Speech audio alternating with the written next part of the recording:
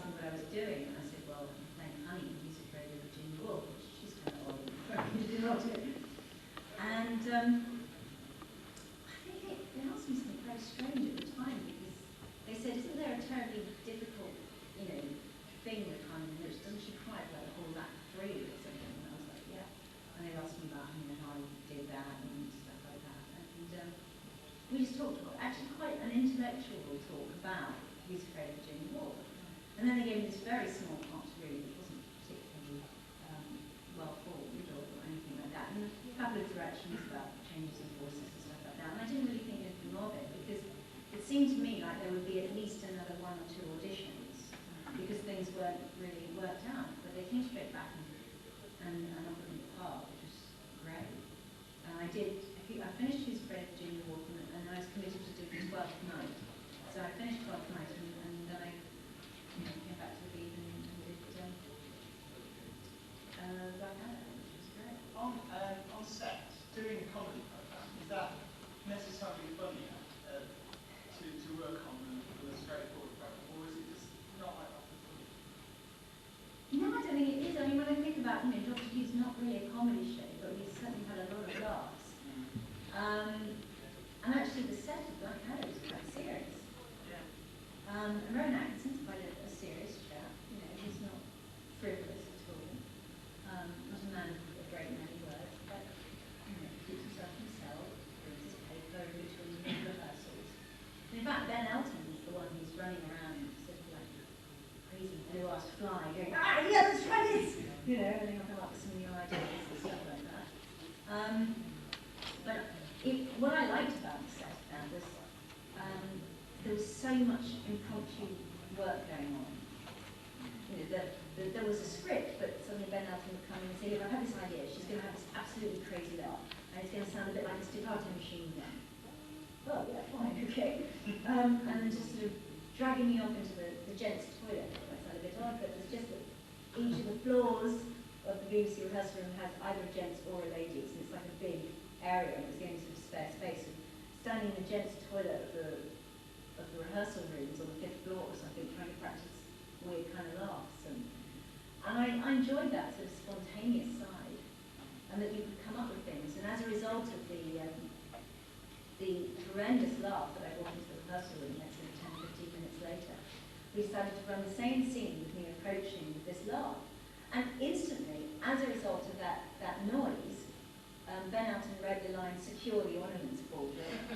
and Tony Robinson's came up with the idea of sticking toilet paper in his ears, because this was obviously what they did every time she came out. And that kind of working together is really good fun, because it doesn't happen that much on television. So, what kind of television did you watch on this one? I watched an awful lot in the last year. What kind of, well, obviously Doctor Who fans, are you a fan of anything? Do you know, this is going to sound funny, but you can probably relate to this, guys. I've recently gotten into Buffy, which I would never have believed. In fact, my husband will say me now.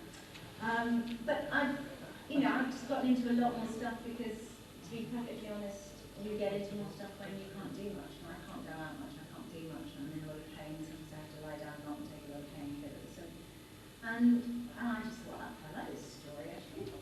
So I've got into shows that I haven't been into before.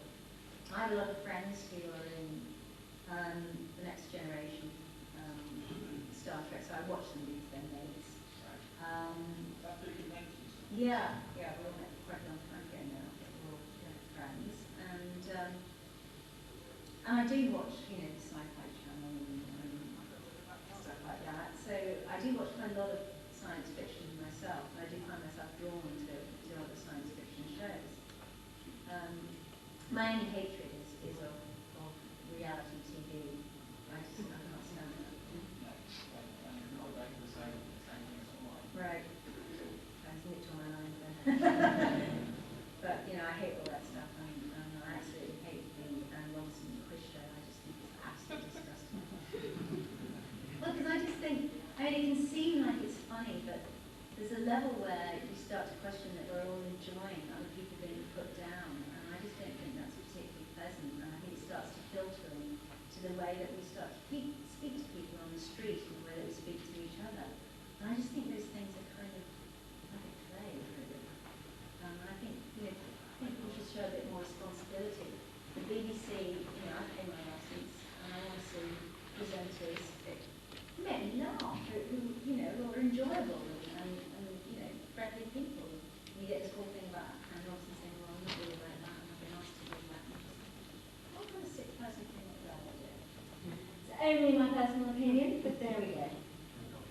And you do all sorts of, you've done some like fan productions and stuff, and come back and do the audio tapes. Yeah. That's strange. After The strange thing about coming back and doing the big finished tapes was how long it took us all to slot back into our characters, which was about a nanosecond. So that was quite frightening, really, that we were all just so completely there, back in the spot instantly. It's like being on a comfortable old pair of shoes and saying, "Oh yeah, I know how this feels. This is nice." And it was a really special moment the first time to come back together again. And you also realise, having been out and worked with a lot of other people, that the rapport that I had with both Peter and Colin was really special, and that you don't get that with every leading man you work with. And though I walk around expecting it. who would you say was your doctor if you were? And that's why this is ridiculous. I can't really say, because I mean I feel very lucky that I've worked with so many as well, because although it was through the BDG productions, I did get to work with John Pertwee, and I also got to do 2 doctors and work with William Hartnell. So I feel, I also worked with Sylvester through the BDG productions. So I feel that I've gotten to work with a lot of the doctors, not necessarily as Perry on the Doctor, but I'm in a very kind of selfish fantasy way, which I could have worked with them all, because I just think that would have been wonderful. But I'm very glad to work with the doctors that I have. You wrote a process. What happened to Perry? Yeah, 35 kids on the planet around the I don't know. It was not ever in my mind that that's where we were going when we were filming it. I don't think it was in Brian's mind either. I mean, I thought they had a very interesting relationship, Perry and Hans, but I didn't believe that that's actually what we were leading to. And as I'm sure you're all aware, it was written in as an afterthought. I don't believe that that happened. I don't know whether that therefore means that I have to condemn myself to believing she had a mind transplant, but I mean, I could see them having fun for a while. I could see her re-educating him. I think she'd have said, "No, you can't do that anymore. No, we're not doing that. And we're back home by 6." And I think that's the way that relationship would have worked, because already people could have seen little hints of that. Her saying, "What do you mean you don't have?" He said, "Love, what's love?" "Oh, where do we start? Okay, right." I think they could have had a good time. I don't actually see Perry as settling down. There's been a lot of time for it in the house, I think so. Can we open it up for microphone? Okay. We can hear. Yeah. Can we have one question from that? Can we have the lights up and then you can see people? Just take a couple because gentlemen at the back. Oh, sorry. They've got a microphone now. Can we take this one and then do it? Nicola, I'm thinking about the trial of Time Lord. Did it make it hard for you leaving halfway through the scene, or did it not make much difference to your perception? Would you prefer to leave at the end rather than halfway through, do you think? That's an interesting question. It never actually occurred to me. I suppose in a way, yes, I would like to have done more, but unfortunately, in order to resolve that, you had to sort the trial out, and you needed to start the next assistant before the end of the season. So, and everything they did made perfectly logical sense to me. I think it was difficult that the story was one long trial in some respects, but I very much enjoyed that last season. I very much enjoyed filming that. I enjoyed the relationship that Colin and I had as the Doctor and Perry during that time. And I enjoyed the fact that people weren't quite sure what was happening. But, yes, I probably would like to have done more couple of episodes or something. Yeah. Hello, Nicola. Hello. What was it like to work with Michael Winner? I think you know where I'm going to sort of try and say you did this thing at Derby, but there's a lot of people didn't sort of quite hear what was going off. No, I don't think I can hear everything. No. But he's an interesting chap, Mike.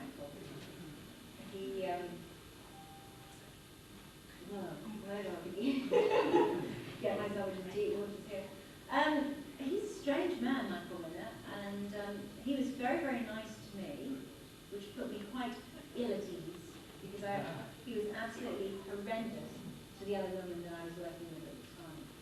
And, you know, the scene would begin, and all she'd have to do is like reach forward and pour out a glass of wine, and that would be the opening of the scene before the first line. And he'd go, "Action, what are you doing?" And there was no time between action and him shouting for anything to have happened. And we all kind of sitting there going, what's the matter with it? But he just, there was always somebody that was kind of a whipping boy. By 98, I think it was an event at Granada in 1998, strangely enough. And it's been signed by Sylvester McCoy, Colin Baker, and Peter Davison. So, what's a good lower limit, do you think? I think it's start at £10 for that. £10 for the cap with the 3 signatures. Oh, we have one over there. £10.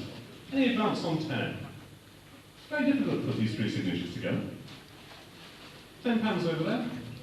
Any advance on £10? Any advance on £10? I know it's a hideous shade of green. Any advance on 10? Going once at 10. Going twice at 10. 11 down there. Master of drama. Any advance on 11? 12 back there. Any advance on 12 down here? Go on. Going once at 12. Going twice at 12. Teetering on the edge at 12. 13 it is. He wants us to stay here. 13 it is. Any advance on 13? 13.50. We'll take that. 13.50. I'm not going to go through the whole going once, going twice. 13.50. Any advance on that? Going once at 13.50. Going twice at 13.50. Gone up 13.50. Well done.